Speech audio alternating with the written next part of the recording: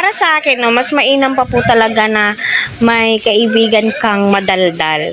Ano kasi minsan sila po talaga yung nagbubuking sa'yo, pero in a good way, no? Sa pagbooking o paglaglag po nila kay Beyonce, di naman po ikinasama ni Beyonce, which is ikinabuti pa nga po ito ni Beyonce kasi nga natuklasan ng karamihan, especially ni Kalinga Prab. Natuwa pa po nga siya sa nabalitaan niya. Kung hindi nga po sinabi ng kaibigan ni Beyonce, hindi pa po malalaman ni Kalinga Prab. So, nakakatuwa naman po, So, yung paglaglag at pagbooking nga po, in a good way po, hindi po yun ikakasama ni Beyonce, which is pinoprotektahan lamang po ng nanay ni Beyonce, no, ang kanyang anak, which is alam naman po natin, kahit sino naman pong ina, lalaki na po yung usapan, malay po natin, di ba? Pero alam naman po natin, ang buong team Kalingap ay respetado, no, magalang, at makakapagkatiwalaan po talaga, di ba? Ano? Pinalam po. Pinalam ka, Neds? Grabe, kinon.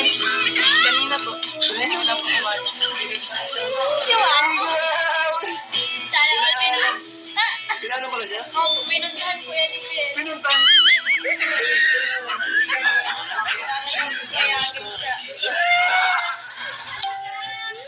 Grabe, haba ng hair. Lakas mo yan, Grabe, lakas mo. Grabe ka nun eh. Grabe. Tapos, yung papunta doon na yan, okay na. Uy, pinalam niya lang. Nag-tayo. Mga kalingap, no? Napakadaldal po talaga ni Roseanne at saka ni Dara. Which is, para sa akin ha, tama naman po yung ginawa ni nanay ni Beyonce. Mas magandang magpaalam ng personal, hindi po through video call, hindi po si Beyonce ang magpapaalam sa kanya, kundi si Eds, no? So, pumunta si Edo doon, no?